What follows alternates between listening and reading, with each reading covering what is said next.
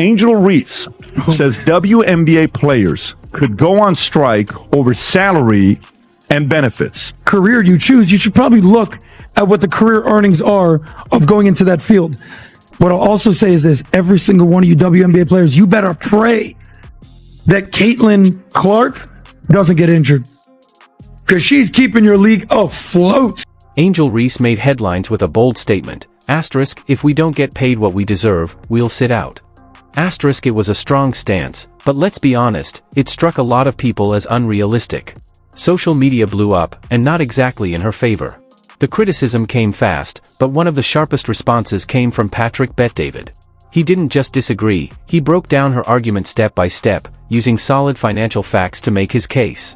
And after hearing the full story, you might see Angel's comments in a whole new light. The ones coming this year will still be on the rookie contract again. Mm-hmm. The ones that the year after, they're gonna get more. They probably gonna be making more than us. No, they are. Who's that? I'm hurt. They are. Like, yeah. I've been in the meetings. They are. I need to get in the. I need to get in the field. You need to come to the meetings. I gotta get in the meetings because I'm hearing like, yeah, they don't give us. If y'all don't give us what we want, like, we sit out. That's a possibility for real. Here's what's going on. Angel Reese, known as the Bayou Barbie, is now a pro basketball player, and she's already saying WNBA players should sit out if they don't start making more money.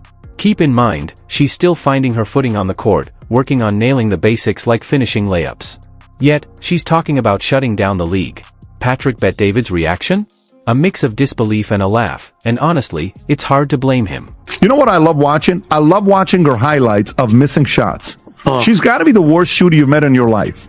But go, Rob, just go, give this feedback. Give this feedback here. Go for it. Season 2, I can't wait to work with you some more.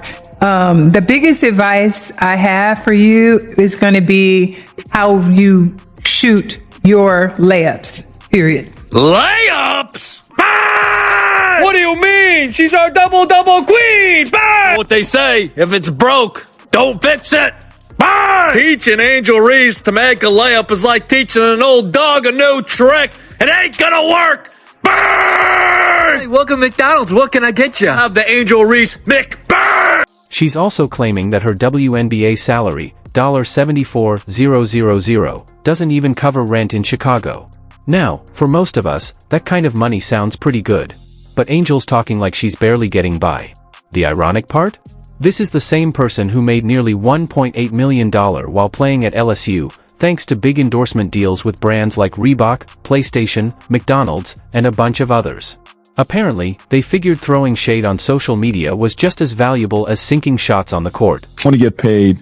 Possibility. Reese has been vocal about her low WNBA salary, revealing her $74,000 a year salary doesn't cover rent, stating on Instagram Live, I just hope you know that the WNBA doesn't pay my bills at all. I don't even think they pay one of my bills. Reese's financial struggles stem from WNBA salary not matching her past earnings, as her NIL valuation at LSU was $1.8 million, bolstered by deals with Reebok, PlayStation, McDonald's, and Coach, while a 4-year rookie deal was $324,000 with $74,000 due next season. I just hope y'all know the WNBA don't pay my bills at all. I don't even think that pays one of my bills. Let me do the math real quick. He might cover that. Yeah, it definitely covers that. What is I don't even know my salary. Angel's currently signed to a 4-year rookie contract worth around $324,000. That's about $81,000 a year. To put it in perspective, that's less than 5% of what she earned in college as a social media star. No surprise she once said, hating pays the bills. Honestly, her Instagram posts are making her more money than her performance on the court. With the way she's missing shots, the WNBA might want to start charging her for backboard damage. While Caitlin Clark is out there shaping the future of women's basketball, Angel seems more focused on building her brand and perfecting her bricklaying skills. Non-basketball sustained her, especially since the WNBA's $200 million revenue last season only allocated 9.3% to salaries, unlike the NBA's 50% share of the $5.3 billion in 2023. Adam, thoughts? No, my rent is more than that. It's $8,000. I'm living beyond my means. Patrick was stunned, not because he thought Angel was actually hurting for money. Let's be real, with all her endorsement deals, she's doing just fine. What shocked him was her bold demand for higher pay from a league that, here's the kicker, doesn't even turn a profit. He laid it out plain and simple: In the real world, when a business keeps losing money year after year, it doesn't give out raises, it hands out pink slips. That's when Adam Sosnick jumped in with the hard facts, and things got really interesting from there. Hey, this is the greatest Angel Reese layup you'll ever see. Here we go with the dump off, ba-da-dum-bum-bum. I'm loving it. Burn! Oh, she getting jiggy with it. Look at that. Crisscross, zigging-zagging through the lane. Giddy up! Yeehaw! Burn! Now, I heard she's ambidextrous. That makes sense, because she's equally doggy-doo-doo with the right and left-handed layup. Bang! Professional basketball player needing to work on her layups is like a fish needing to learn how to breathe underwater.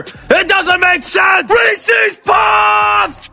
Bang! Adam pointed out that, sure, leagues like the MLB, NBA, NHL, and NFL have all had player strikes, but there's a big difference. Those leagues were bringing in billions when their players decided to walk out.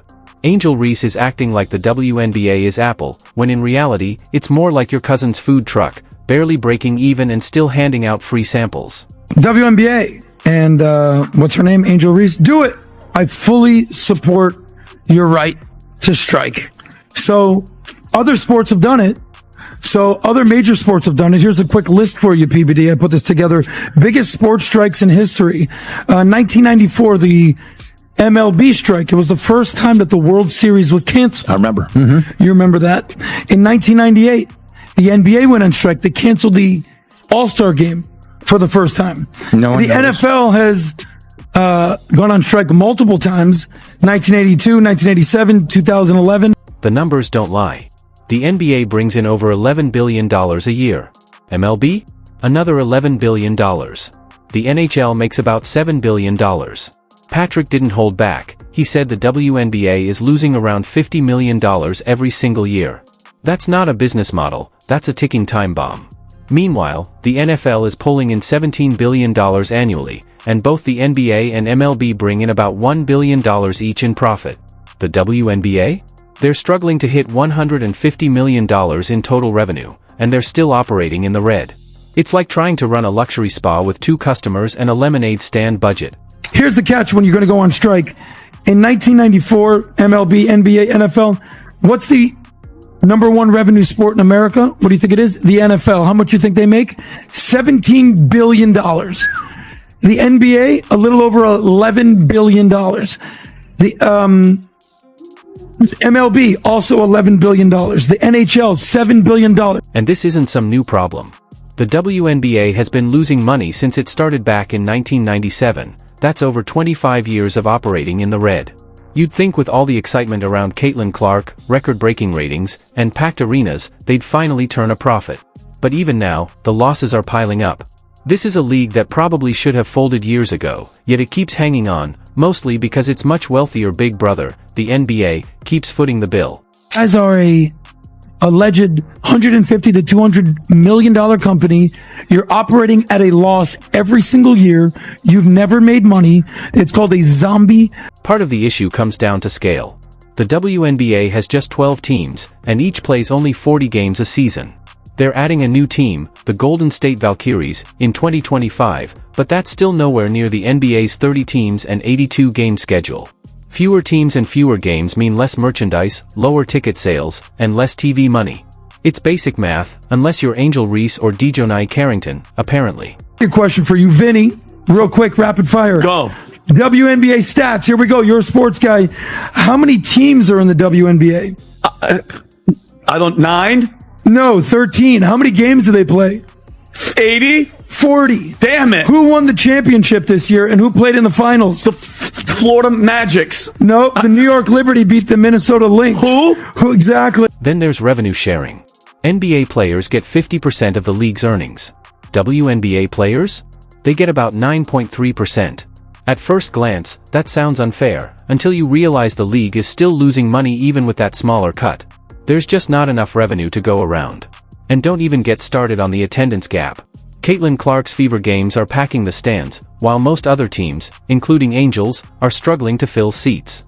Spoiler alert, there are a lot more empty chairs where she plays. The MVP. She was unanimous. She got all the votes. Dylan Mulvaney. Yes. Yes. Aja Wilson. Oh. You just failed the test, I'm buddy. sorry. WNBA is coming for you. No one's saying WNBA players don't deserve respect or recognition, they absolutely do. But demanding more money from a league that's barely staying afloat isn't courageous, it's unrealistic. Especially coming from Angel Reese, who's been in the league for all of 5 minutes and is already acting like she's leading contract negotiations.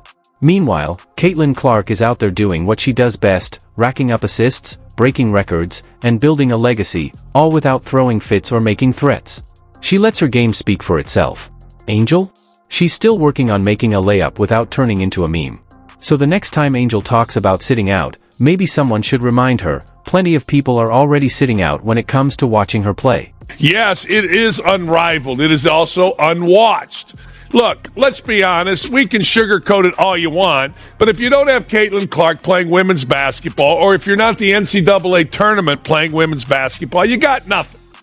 Zero zip, nothing. To make things even juicier, there's growing tension between WNBA and NBA stars. Remember the back and forth between Lisa Leslie and Draymond Green? Draymond had the nerve to suggest that WNBA players should focus on growing the game before demanding bigger paychecks. That sparked plenty of outrage, but, just maybe, he had a point. Clip 13. Lisa Leslie recently stirred the pot by suggesting NBA players could help boost WNBA salaries, maybe just by skipping a night at the casino.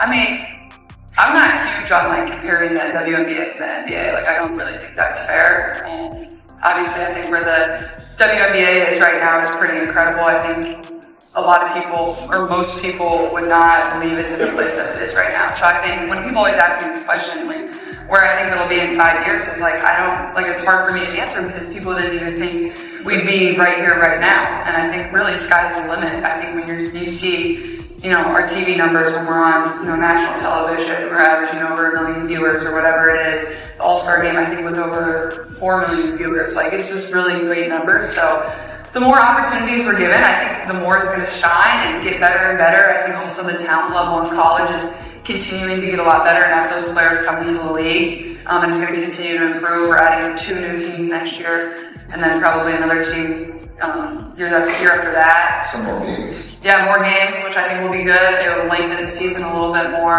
It might have sounded like a joke to Lisa, but Draymond Green didn't find it funny. He fired back, and he didn't hold back. Draymond made it clear, no one supports the WNBA more than NBA players, and suggesting otherwise felt ungrateful to him. His strong response showed just how tense things have gotten between the two leagues. Ourselves to the NBA, but I do feel like the pay gap would be something that, we could just take a donation around the NBA. Maybe one night y'all don't go to the casino. While all this back and forth drama plays out, someone unexpected has stepped up as the league's saving grace, Caitlin Clark. The WNBA is seeing a huge surge in attention, with 2.3 million fans filling arenas, a 48% jump from last season. And who's behind this explosion of interest? Caitlin, plain and simple. Yet, instead of rallying around the player who's single-handedly putting the league in the spotlight, some veteran players are treating her like the villain. Enter Patrick Bet-David, who didn't mince words. He warned WNBA players that they should be lighting candles for Clark's health, because without her, there might not be a league to argue about. This should be the moment the entire WNBA comes together and celebrates what's working. Instead, a few bitter vets seem more focused on resenting the attention Caitlin's getting, while still demanding bigger paychecks from a league that can barely pay for parking. Angel Reese might want to hold off on asking for a raise until she can consistently make a layup in traffic. I have something on this, though, because it pisses me off. It pisses me off because I don't think there's anyone in America that supports the WNBA more than NBA players. 100%. The NBA players support the WNBA the most. More than we probably support the